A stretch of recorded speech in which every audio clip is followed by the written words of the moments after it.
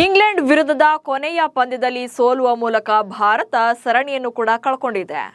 ಅಭಿಮಾನಿಗಳಿಗೆ ಈ ಸೋಲಿನ ಬೇಸರ ಇದ್ರೂ ಕೂಡ ರೋಹಿತ್ ಶರ್ಮಾ ಅವರ ವಿಚಾರದಲ್ಲಂತೂ ಸಮಾಧಾನ ಆಗಿದೆ.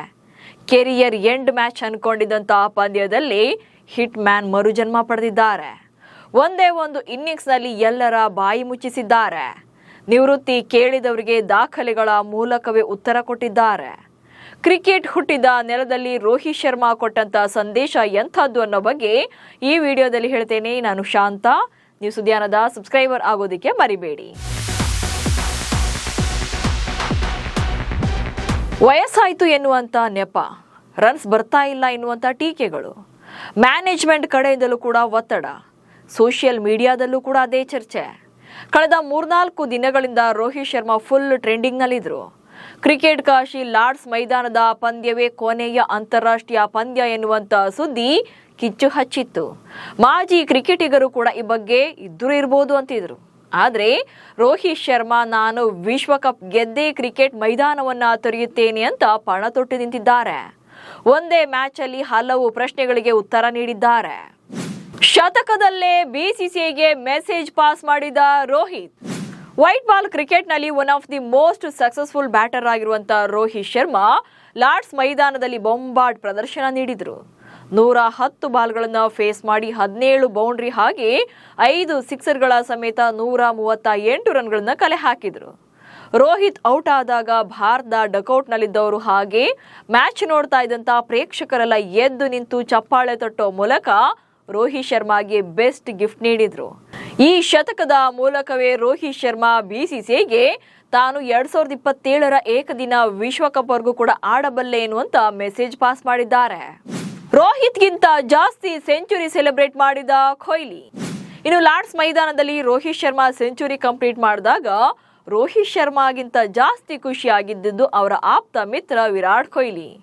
V are brothers from another mothers ಅನ್ನೋ ಥರನೇ ಇರುವಂತ ಈ ಜೋಡಿ ಒಟ್ಟೊಟ್ಟಿಗೆ ಕೆರಿಯರ್ ಆರಂಭ ಮಾಡಿ ಪ್ರತಿ ಏಳು ಬೀಳುವಿನಲ್ಲೂ ಕೂಡ ಜೊತೆಯಾಗಿದ್ದವರು.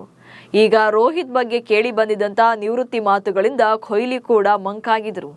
ಆದ್ರೆ ಲಾರ್ಡ್ಸ್ನಲ್ಲಿ ರೋಹಿತ್ ಶತಕ ಬಾರಿಸಿದಾಗ ಕೊಹ್ಲಿ ತಮ್ಮ ಬಲಗೈಯನ್ನ ರೋಹಿತ್ ಶರ್ಮಾ ಅವರ ಹೆಗ್ಲ ಮೇಲಿಟ್ಟು ಪೆವಿಲಿಯನ್ ಕಡೆ ನೋಡಿದ್ರು. ನಿವೃತ್ತಿ ಕೇಳಿದವ್ರಿಗೆಲ್ಲ ಬ್ಯಾಟ್ನಲ್ಲೇ ಉತ್ತರ ಕೊಟ್ಟಂತಿತ್ತು. ಈ ಕ್ಷಣದಲ್ಲಿ ಕೊಹ್ಲಿ ಅವರ ಕಣ್ಣಾಲೆಗಳು ಕೂಡ ಒದ್ದೆಯಾಗಿದ್ವು.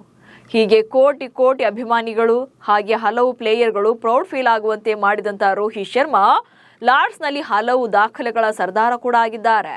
ಸೊ ಏನೆಲ್ಲ ರೆಕಾರ್ಡ್ಸ್ ಅನ್ನೋದನ್ನು ಕೂಡ ನೋಡ್ತಾ ಹೋಗೋಣ. ಲಾರ್ಡ್ಸ್ ಮೈದಾನದಲ್ಲಿ ಏಕದಿನ ಶತಕ ಬಾರಿಸಿದ ಮೊದಲ ಭಾರತೀಯ. ಎಸ್, ಕ್ರಿಕೆಟ್ ಪ್ರಿಯರ ಪಾಲಿಗೆ ಲಾರ್ಡ್ಸ್ ಮೈದಾನ ಒಂದು ರೀತಿಯಾದಂಥ ಕಾಶಿ ಇದ್ದಂತೆ. ಯಾಕಂದ್ರೆ ಅಲ್ಲಿಯೇ ಕ್ರಿಕೆಟ್ನ ಹುಟ್ಟು ಪಡೆದದ್ದು. ಇಂಥ ಒಂದು ಮೈದಾನದಲ್ಲಿ ಏಕದಿನ ಮಾದರಿಯಲ್ಲಿ ಯಾವ ಭಾರತೀಯ ಬ್ಯಾಟರ್ ಕೂಡ ಇಲ್ಲಿ ಶತಕ ಬಾರಿಸಿದ್ದೇ ಇರಲಿಲ್ಲ.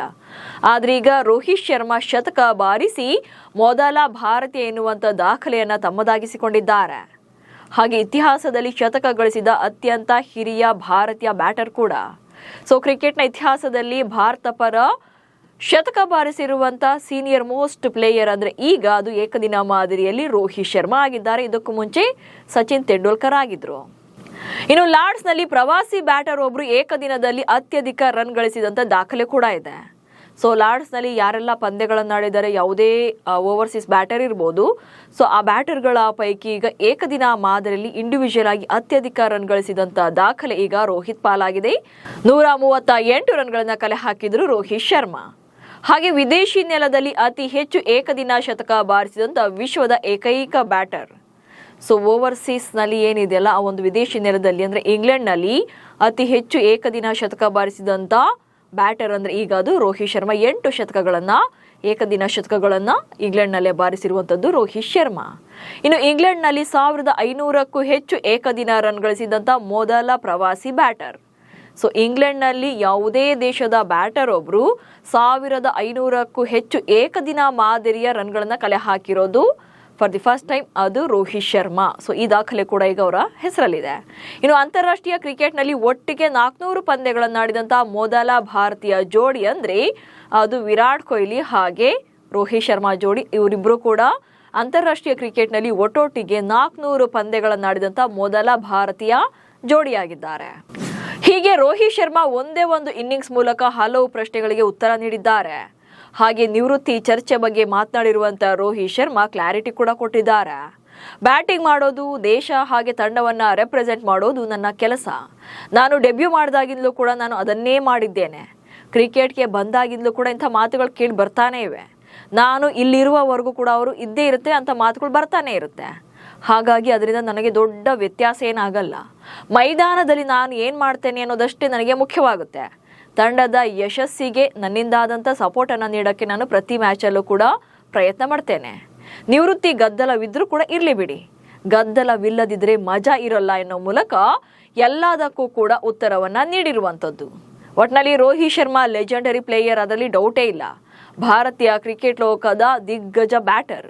2027ರ ಏಕದಿನ ವಿಶ್ವಕಪ್ ಆಡೋಕೆ ಪಣ ತೊಟ್ಟಿರುವಂತಹ ಹಿಟ್ ಮ್ಯಾನ್ ಈಗ ತಮ್ಮ ದಾರಿಗೆ ಅಡ್ಡವಾಗಿದ್ದವ್ರಿಗೆಲ್ಲ ಮುಟ್ಟಿ ನೋಡಿಕೊಳ್ಳುವಂತೆ ಬ್ಯಾಟ್ನಲ್ಲಿ ಉತ್ತರ ಕೊಟ್ಟಿದ್ದಾರೆ. ನಮಸ್ಕಾರ.